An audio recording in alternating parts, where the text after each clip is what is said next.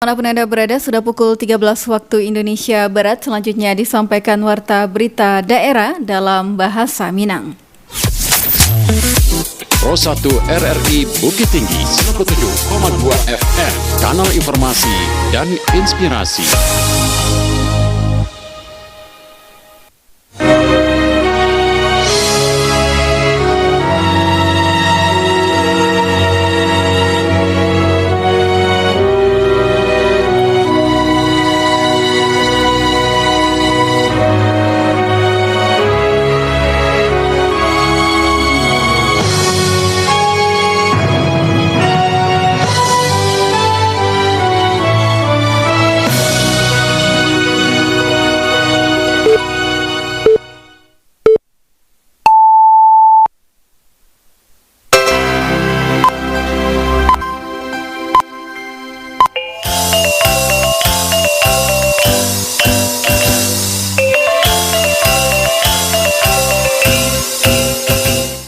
Selamat siang Dusana Pandanga, Radio Republik Indonesia Bukit Tinggi dalam Warta Berita Daerah Jawa Minang. Untuk mengawali perjumpaan kita di siang hari kami sampaikan sari berita utama. Gubernur Sumatera Barat Mahyildi Ansarullah mendukung pembatasan akses akun platform digital bagi anak. PPDI Kota Padang Panjang membantu kelompok usaha Basamo Keluarga Disabilitas Indonesia. Buletin Barito Minangko dibacakan de Tuti Widya. Ikulah Barito Minang nan pertama. Gubernur Sumatera Barat Mahyildi Ansarullah mendukung pembatasan akses akun platform digital bagi anak di bawah usia 6 tahun dan dimulai berlaku 28 Maret 2026 secara bertahap.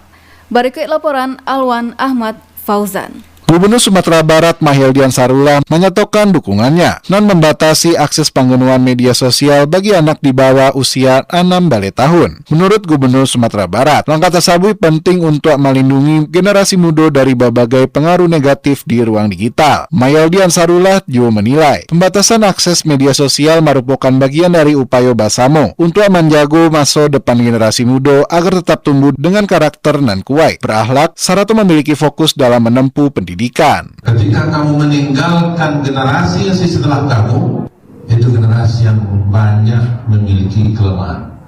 Sekini kok awak latih dengan anak-anak awak, dengan si muda awak. Kenapa? Karena begitu banyak hal-hal yang akan melemahkan mereka, yang akan melupakan mereka dari kebaikan-kebaikan dari Islam. Gubernur Sumatera Barat Mahyildi Ansarullah juga memastikan kebijakan pembatasan sosial media tersebut yang diatur dalam Peraturan Menteri Komunikasi Jauh Digital Nomor 9 Tahun 2026 itu akan diterapkan melalui kebijakan dan indah memperbolehkan siswa membawa telepon genggam ke dalam kelas dalam waktu dekat. Alwan Ahmad Fauzan melaporkan. Bupati Agam Beni Warlis bersama jajaran berkunjung ke Dangau Inspirasi.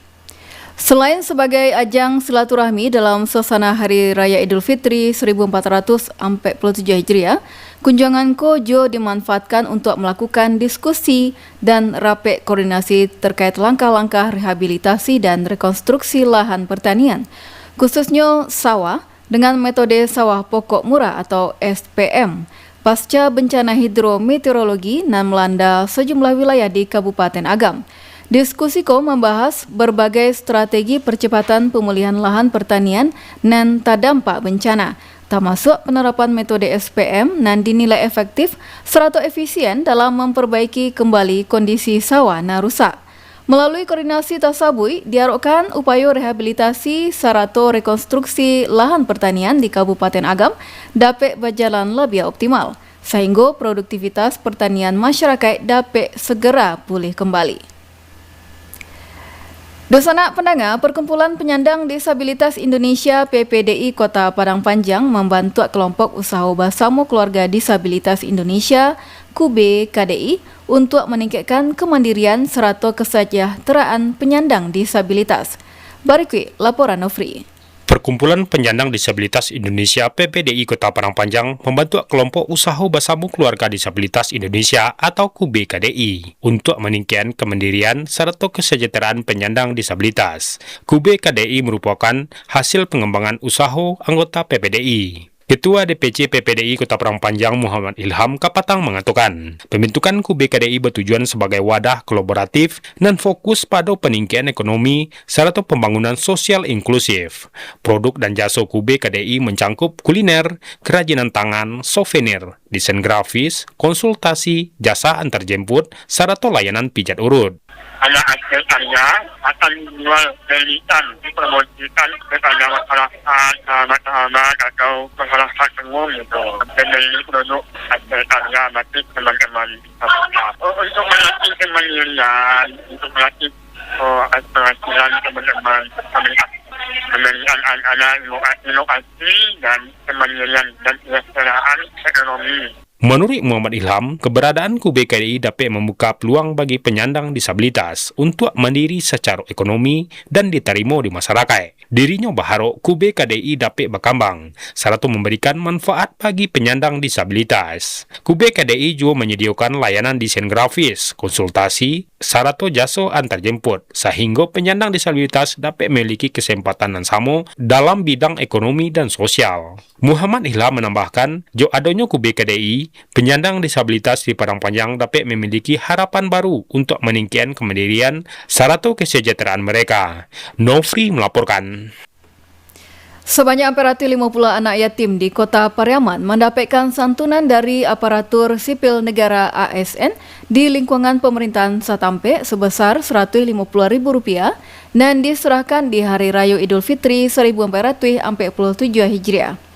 Wali Kota Pariaman Yota Balat mengatakan santunan tasabui berasal dari sumbangan sukarela ASN dan ada di lingkungan pemerintahan Kota Pariaman dan dikumpulkan setiap bulannya guna memberikan kebahagiaan kepada yatim piatu juga membantu meringankan beban pendidikan dan memenuhi kebutuhan harian mereka.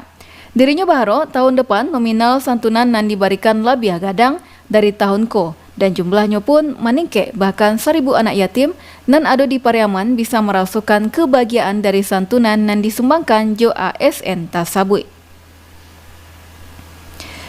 Di sana Pananga, insiden MBG terjadi di Kabupaten Agam, Alun Lamoko. Balai POM di Payakumbuh perketat pengawasan dan sertifikasi SPPG. Berikut laporan Joni Marbeta. Kasus keracunan makanan bergizi gratis MBG nan terjadi Alun Lamoko di Kabupaten Agam mendapat perhatian serius dari Balai POM di Payakumbuh. Kepala Balai POM di Payakumbuh, Dio Ramondrana SSC MSC kepada RRI menegaskan pihaknya segera melakukan koordinasi jo berbagai pihak terkait termasuk jo koordinator wilayah BKN guna mencegah kejadian nan serupa terulang balik. Balai POM di Payakumbuh nan membawahi 5 wilayah kerajo tu termasuk Kabupaten Agam menekankan pentingnya kepatuhan terhadap standar operasional prosedur SOP di seluruh satuan pelayanan pemenuhan gizi SPPG di lapangan. Kini ko SPPG juga tengah menjalani proses sertifikasi dan tarikh dipantau untuk memperoleh sertifikat layak higienis sanitasi SLHS. Saya tahu baru ada satu yang cukup menggemparkan kasus keracunan di Agam. Kami ke depan sudah berkoordinasi juga dengan lintas sektor terkait ya, khususnya dengan pemerintah daerah dan juga dengan Korwil BKN untuk bisa mengawal program MBG ini supaya bisa berjalan dengan baik ya. Secara rutin kita melakukan rapat koordinasi yang diinisiasi oleh baik itu pemerintah daerah atau maupun Korwil MBG setiap bulan gitu ya, dan kita mendengar permasalahan apa yang ada di lapangan termasuk dengan kasus-kasus yang terjadi gitu ya, dan kita mengantisipasi supaya kasus keracunan itu tidak terjadi di wilayah kerja kita. Jadi pemerintah daerah juga sangat berperan dalam hal ini, dan juga kita juga menyampaikan kepada SPPG terkait gitu ya untuk bisa menaati prosedur. Karena SOP ini merupakan hal yang penting untuk bisa dilaksanakan. Prosedurnya sudah ada, sudah dilaksanakan.